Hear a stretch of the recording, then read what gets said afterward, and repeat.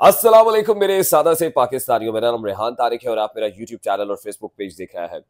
करोड़ हा दुरूद आकाए दो जहां नबी मेहरबा मोहम्मद मुस्तफ़ा सल्लल्लाहु अलैहि वसल्लम पर। इस दुआ इस उम्मीद के साथ इस व्लॉग का आगाज करते हैं कि अल्लाह रब्बुल इज्जत इस मुल्क के फैसला साजों के दिलों में सादा से पाकिस्तानियों के लिए नरमी पैदा कर दे। फैसला कुन घड़ी इंतखाबी मार्के में महज 48 घंटे बाकी रह गए हैं। महज 2 रोज का वक्त बाकी है और अमरीकी थिंक टैंक की जानिब से इंतहाई तहलका खेज रिपोर्ट जारी कर दी गई है।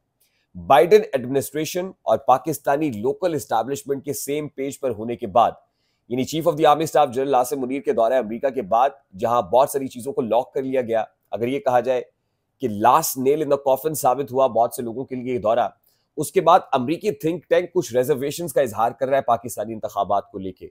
ये तहफुजात क्या है, आज के इस व्लॉग में तफसीलात शामिल करेंगे। दूसरी इंपॉर्टेंट चीज ये कि पाकिस्तान मुस्लिम लीग नून की जानिब से अब की बार लोकल नहीं बल्कि इंटरनेशनल फर्म को हायर किया गया। किस मुल्क की खिदमात ली गई हैं, ये भी आपको आज के इस व्लॉग में बताने की कोशिश करेंगे। डीआई खान में इंतहाई अफसोसनाक वाकया पेश आया। अगर ये कहा जाए कि रात 3 बजे डीआई खान में क़यामत सुग़रा बपा हुई तो ये कहना गलत नहीं होगा। उसके बाद इंपॉर्टेंट चीज ये है कि ईएमएस के ऊपर जो कल हमने आपको बताया था कि कुछ आरओज और डीआरओज के तहफुजात हैं, अब ये तहफुजात मजीद बढ़ते चले जा रहे हैं। ये क्या मामला है, ये भी आपको आज के इस व्लॉग में बताने की कोशिश करेंगे। और बार बार हम आपको बता रहे हैं कि 9 मई को जो कुछ हुआ उसको अब इस वक्त की इस्टेब्लिशमेंट, मुक़्तदर हल्के, अभी की हुकूमत कैसे कैपिटलाइज करने की कोशिश कर रही है। और फिर वजीर आज़म पाकिस्तान की जानिब से कुछ अहम पैगामात आने वाली हुकूमत को भी दिए गए हैं। ये तमाम तर मामलात आज के इस व्लॉग का हिस्सा होंगे, लेकिन उससे पहले मैं इंतहाई अदब से आपसे रिक्वेस्ट करूंगा कि अगर आपने हमारा चैनल सब्सक्राइब नहीं किया है तो चैनल को सब्सक्राइब कर लें। अगर वीडियो पसंद आए तो लाइक और शेयर करना इसलिए जरूरी है कि हमारा मैसेज मैसेज तक पहुंच सके। और अगर बेल आइकन प्रेस करेंगे तो ऐसी बहुत सारी वीडियोस तवातुर से और बर वक्त आपकी नजर से गुजरती रहेगी।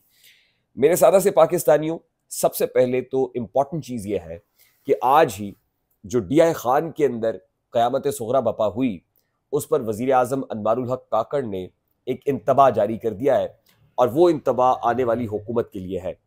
गुज़श्ता रात ये असल में खैबर पख्तूनख्वा का इलाका है डीआई खान, जहाँ की तहसील दराबन है और थाना चौदवान बताया जा रहा है, जहाँ दहशत गर्दों की जानिब से रात की तारीकी में हमला किया गया। रात तकरीबन को 3 बजे का वक्त बताया जा रहा है कि जिस वक्त वहाँ की मकामी पुलिस यानी थाने की पुलिस और दहशत गर्द आपस में बाहम दस्तो गरेबां थे, एक दूसरे पर फायर खोला और उसके नतीजे में हमारे जो सिक्योरिटी एहलकार है, 10 पुलिस एहलकार, वो जामे शहादत नोश कर गए हैं। इंतहाई तकलीफ दे मनाजिर देखने को मिले हैं डीआई खान से, इंतहाई तकलीफ दे मनाजिर हैं। और हर गुजरते दिन के साथ देखिए, केपी भी दहशत गर्दी की जद में है और बलूचिस्तान भी दहशत गर्दी की जद में है। दोनों सूबों में दहशत गर्द अपनी कार्रवाइयां जारी रखे हुए हैं, अपने मजमूम मकासद को पाए तकमील तक पहुंचाने की कोशिश कर रहे हैं। सिक्योरिटी फोर्सेस लड़ रही है और जो फ्रंट लाइनर्स है वो जामे शहादत नोश कर रहे हैं। इंतहाई अलार्मिंग सिचुएशन तो है। और आज ही अनवारुल हक काकड़ साहब ने कहा है कि जो आने वाली हुकूमत है उसके लिए सबसे बड़ा चैलेंज दहशत गर्दी का चैलेंज होगा। यानी आने वाली हुकूमत एक रात में दहशत गर्दी के चैलेंज से नबरदाजमा नहीं हो सकती। अगर कोई ये कहे कि इलेक्शंस की अगली रात ही इस्तेहकाम आ जाएगा, यानी 8 फरवरी को इंतखाबात होते हैं और 9 फरवरी के अंदर मुल्क में स्टेबिलिटी आ जाएगी, तो ये कहना यकीनन गलत बात होगी, क्योंकि ये कोई जल्दी स्टेबिलिटी आने वाली नहीं है, बल्कि अब एक और बहुत बड़ा खतरा हमारे सर पर खड़ा हुआ है और वो है मिलिटेंसी, वो है दहशत गर्दी, जो एक बार फिर रिवाइव होती हुई नजर आ रही है। और पूरे मुल्क में इस वक्त दहशत गर्दी की वेव है और इंतखाबात में दुआ करता हूँ अल्लाह रब्बुल इज्जत से खैर खैरियत से गुजर जाए। लेकिन मैं फिर आपको ये बता दूं, मैं बार बार क्योंकि इस कैंपेन को जारी रखे हुए हूँ कि आप लोगों ने इंतखाबात के लिए निकलना ज़रूर है, अपना वोट ज़रूर कास्ट करना है, पोलिंग बूथ तक ज़रूर पहुंचना है। और अगर अभी भी आपको नहीं पता कि आपका पोलिंग बूथ कहाँ है, नेशनल असेंबली की कॉन्स्टिट्यूंसी कौन सी है, प्रोविंशियल की कौन सी है, तो फिर 8300 के ऊपर भी मैसेज कर दे अपने CNIC के साथ और उसमें देख लें कि आपका हल्का कौन सा है और कौन सा कैंडिडेट ऐसा है जिसको आपने वोट कास्ट करना है। बारकैफ ये जो डीआई खान में हुआ है इंतहाई तकलीफ दे और लग ये रहा है कि आने वाले दिनों में दहशत गर्दी की लहर मजीद बढ़ेगी। अब अमेरिका की जानिब से भी इस पर तशवीश का इजहार तो किया जाता है। अमरीकी तर्जुमान दफ्तर खारजा की तरफ से जब जब सवाल उनसे पूछा जाता है, वो इससे इजहार लाताल्लुकी करते हैं। वो कहते हैं we have nothing to do with Pakistan politics, Pakistan का अपना एक पॉलिटिकल सेटअप है। इवन रिसेंटली उनसे एक बड़ा तल्ख सवाल हुआ मैथ्यू मिलर से, और मैथ्यू मिलर से सहाफ़ी की जानिब से सवाल किया गया कि वेनेजुएला की कोर्ट्स जो कुछ करती हैं, आप उनको तो कैंगरू कोर्ट्स कहते हैं, लेकिन पाकिस्तान के अंदर जिस तरह से एक पॉलिटिकल पार्टी को कॉर्नर किया जा रहा है और उसके खिलाफ फैसले आ रहे हैं, तो क्या ये कैंगरू कोर्ट्स नहीं है? ये कैंगरू कोर्ट्स नहीं है? तो उन्होंने कहा जी we have nothing to do with judicial system of Pakistan. ये बिल्कुल इसका कोई तकाबुल नहीं है। वेनेजुएला में तो साल हर साल से उसकी एक हिस्ट्री है, लेकिन पाकिस्तान में ऐसी कोई बात नहीं है। यानी when it comes to Pakistan, इससे दिखाई ये देता है कि बाइडेन एडमिनिस्ट्रेशन और पाकिस्तान की local establishment, they are on the same page. और chief of the army staff general Asim Munir का जो दौरा अमेरिका था, उसमें बहुत सारे मामलात को तय कर लिया गया था। सेम पेज पर आने के बाद ही पाकिस्तान तहरीक इंसाफ को पाकिस्तान के पॉलिटिकल लैंडस्केप से एलियनेट करने की कोशिश की गई। ये केसेस की जो तेज रफ्तारी आपको दिखाई देती है, ये लोकल एस्टैब्लिशमेंट ने तने तनहा नहीं किया, बल्कि इस पे बाइडेन एडमिनिस्ट्रेशन को या अमेरिका को सेम पेज पर लेने के बाद ये सारा कुछ हुआ है। और उसमें से एक important decision Afghan illegal immigrants के स्टे का भी था, जो मार्च तक अब बढ़ा दिया गया है। यानी अगली हुकूमत आएगी तो फिर देखेंगे, अभी तक मामलात को तय कर लिया गया है। अब इसमें अमेरिकी थिंक टैंक की जानिब से सख्त रिजर्वेशंस का इजहार किया गया है। 3 इंपॉर्टेंट पॉइंटर्स हैं जो रिपोर्ट मुझ तक पहुंची है, जो मैंने पढ़ी है। उसकी समरी ये है कि एक तो पाकिस्तान में पॉलिटिकल रिप्रेशन है, यानी एक पॉलिटिकल पार्टी को एलिनेट करने की कोशिश की जा रही है, उसको सप्रेस किया जा रहा है, उसके कैंडिडेट्स को उठाया गया है, नॉमिनेशन पेपर्स फाइल करने में बहुत प्रॉब्लम्स रही है, उसके लोगों को तोड़ा गया है, वफादारियों को तब्दील किया गया है। तो पॉलिटिकल रिप्रेशन एक बहुत बड़ा प्रॉब्लम है। दूसरी इंपॉर्टेंट चीज इसमें मिलिटेंसी की बताई गई है कि मिलिटेंसी बहुत ज्यादा बढ़ गई है, दहशतगर्दी पाकिस्तान के अंदर सर उठा रही है, जो बहुत अलार्मिंग है। और तीसरा important point role of army है। पाकिस्तान की आर्मी का, पाकिस्तान की इस्टेब्लिशमेंट का सियासत में जो अमल दखल है वो हद से ज्यादा बढ़ गया है। और ऐसे में साफ और शफाफ इंतखाबात अगर कोई कहे कि हो जाएंगे, तो ये कहना बिल्कुल गलत है। ये आप यूं समझ लीजिए कि कबूतर की तरह आंखें बंद करने के मुतरादिफ है। पाकिस्तान के अंदर साफ और शफाफ इंतखाबात इन हालात के अंदर प्रैक्टिकली पॉसिबल नहीं है। ये मैं नहीं कह रहा, बल्कि अमरीकी थिंक टैंक कह रहा है, और 3 पॉइंटर्स के साथ कह रहा है। और उसमें मुख्तलिफ जो इंसानी हुकूक की तंजीमें हैं उनके हवाले भी दिए गए हैं। और जो अमरीकी हैं, वो जाहिर है वो अक़वाम आलम को ये बता रहे हैं, इंटरनेशनली जो इस वक्त एक माहौल बन रहा है, उसमें ये पता चल रहा है पूरी दुनिया को कि पाकिस्तान में पॉलिटिकल रिप्रेशन भी है, पाकिस्तान में मिलिटेंसी भी है, और पाकिस्तान में जो इस्टेब्लिशमेंट का किरदार है सियासत में वो बहुत ज़्यादा बढ़ भी गया है। तो इस वजह से आप इससे पहलू तही नहीं कर सकते, बल्कि इंतखाबात होने के बाद भी इसके ऊपर बातें तो होंगी। अच्छा, दूसरी इंपॉर्टेंट चीज़ ये है कि पाकिस्तान मुस्लिम लीग नून की जानिब से एक कनेडियन फर्म को सर्वेस के लिए हायर किया गया, उसकी खिदमात ली गई।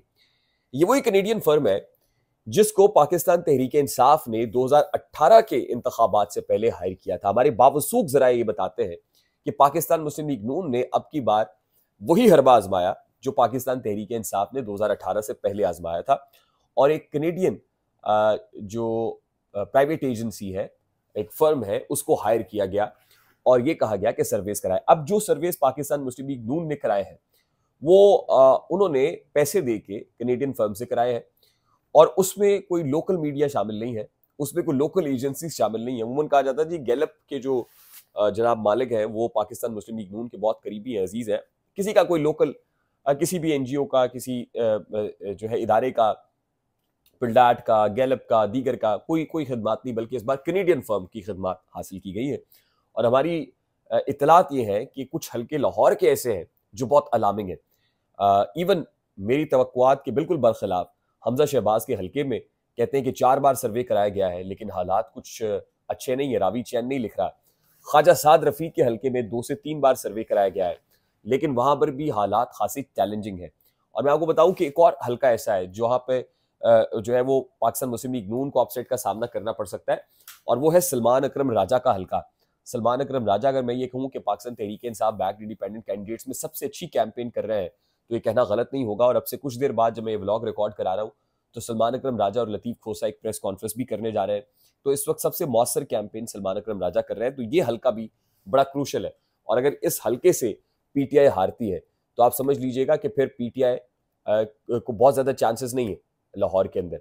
लेकिन अगर ये हल्का जीतती है पीटीआई, तो समझ लीजिएगा कि और भी बहुत सारे हल्के ऐसे हैं जहां से पीटीआई बहुत ज्यादा सीटें निकाल लेगी और दर्द सर बन जाएगा। अब ये जो कनेडियन फर्म हायर की ना पाकिस्तान मुस्लिम लीग नून ने, पाकिस्तान मुस्लिम लीग नून को ये बावर कराया गया कि वो पंजाब से जो है कोई 60 से 70 सीटें निकाल लेगी, 60 से 70 सीटें पंजाब से निकाल लेगी। अब let's see what happens actually on 8th of February, कि जहां पाकिस्तान मुस्लिम लीग नून की जानिब हवाओं का रुख भी है, पूरी की पूरी रियासती मशीनरी भी उनके साथ है। अच्छा, उसके बाद EMS के हवाले से जो रिजर्वेशन आपको बताए हैं कि पहले कहा गया कि इंटरनेट के जरिए से नहीं चलेगी, ये इंटरनेट डिपेंडेंट नहीं है, फिर पता चला कि इस पर तो जो पोलिंग स्टाफ है उसकी पूरी इंफॉर्मेशन ही मौजूद नहीं है, फिर ये कहा गया नहीं 8th ऑफ फरवरी को इंटरनेट भी आ जाएगा, सब कुछ होने लग जाएगा। तो काफ़ी शकूक व शुबहात है, और मैंने आपको बताया था कि NA 197 के जो ROs और DROs हैं उन्होंने ये reservation election commission of Pakistan में सबमिट भी किए हैं। आखिरी इंपॉर्टेंट चीज़ ये है कि मरीम नवाज साहिबा, उनकी कुछ वीडियोस खासी वायरल हो रही हैं जिसमें वो फोटो शूट इस अंदाज में करा रही हैं कि जैसे कोई बॉलीवुड फिल्म का शूट हो रहा होता है।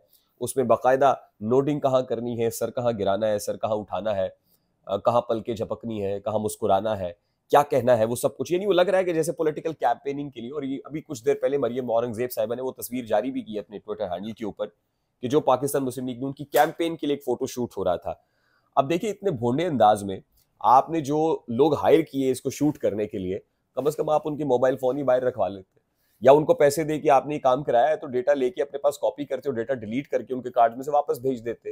और भाई खुदा का खौफ करें, जब आपको पता है आपके पॉलिटिकल अपोनेंट जो है वो चढ़े हुए हैं और वो आपसे बेहतर AI टूल्स भी इस्तेमाल करते हैं, आपसे बेहतर इंटरनेट भी जानते हैं, आपसे बेहतर इस तरह की डिजिटल कैंपेन्स और मार्केटिंग को बहुत अच्छे अंदाज में समझते हैं, तो आप अगर इन खतूत पर आई गए हैं तो कम से कम थोड़ा विजिलेंट हो जाया करें और इस तरह का मौका ना दिया करें। अब पूरे ट्विटर के ऊपर, पूरे सोशल मीडिया के ऊपर आपकी ये वीडियोस गर्दिश कर रही हैं, हो सकता है ये भी कैंपेनिंग का हिस्सा हो कि बदनाम होंगे तो क्या नाम ना होगा। तो खैर, ये वीडियोस है जो वायरल है, और मरियम नवाज साहिबा को लेकर वीडियोस वायरल की बात इसलिए भी होती है ना कि मरियम नवाज साहिबा वीडियोस लाने में, प्रेस कॉन्फ्रेंसेस के अंदर दिखाने में उस हवाले से खासी जानी भी जाती है। तो आई होप कि ये जो इन्फॉर्मेशन हमने आपके साथ शेयर की है, ये इन्फॉर्मेशन आप आगे तक फैलाने में हमारी मदद करेंगे इस वीडियो को लाइक और शेयर करके। अगर आप हमारे चैनल में नए हैं तो चैनल को सब्सक्राइब भी करेंगे, और अगर बेल आइकन प्रेस करेंगे तो ऐसी बहुत सारी वीडियोस बर वक्त आपकी निगाह से गुजरती भी रहेंगी। मुझे रेहान तारिक को इजाजत दीजिए, अपना बहुत सारा ख्याल रखिएगा। अस्सलाम वालेकुम।